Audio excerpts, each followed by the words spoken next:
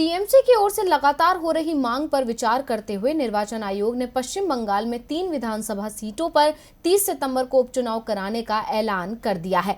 TMC के लिए ये उपचुनाव होना बेहद जरूरी था, इसीलिए टीएमसी निर्वाचन आयोग से गुहार लगा रही थी, जबकि बीजेपी चुनाव का विरोध कर रही थी। लेकिन अब चुनाव का ऐलान होने से बीजेपी की चिंता बढ़ी हुई है। इसी बीच टीएमसी नेता मुकुल रॉय के बयान ने भी बीजेपी की टेंशन बढ़ा दी है। क्या बोले मुकुल रॉय, देखिए रिपोर्ट। पश्चिम बंगाल में उपचुनाव के ऐलान के बाद सभी पार्टियां चुनाव की तैयारियों में जुट गई हैं। पहले ममता बनर्जी नंदीग्राम से चुनाव लड़ी थी और बीजेपी प्रत्याशी शुवेंदु अधिकारी के हाथों चुनाव हार गई थी।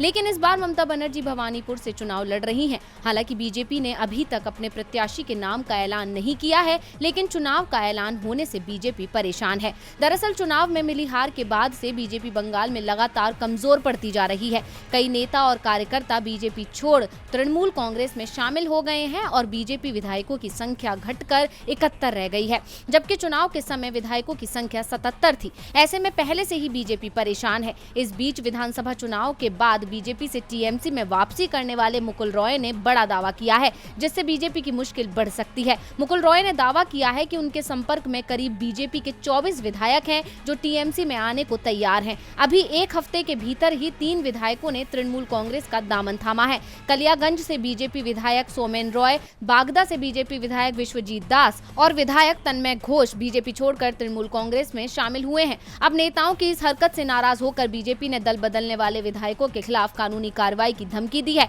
राज्य विधानसभा में विपक्ष के नेता शुवेंदु अधिकारी ने कहा कि पार्टी के विधायक एकजुट हैं। साथ ही उन्होंने टीएमसी पर आरोप लगाया है कि तृणमूल ने दल बदल विरोधी कानून का उल्लंघन किया है। अब बीजेपी चाहे कितने ही आरोप लगा ले, लेकिन अगर बीजेपी के और विधायक पार्टी छोड़ेंगे तो पार्टी विधानसभा में संख्या बल में कमजोर पड़ जाएगी। अब देखना होगा कि बीजेपी खुद को मजबूत करने के लिए कौन सा दांव खेलती है। डीवी लाइव की रिपोर्ट।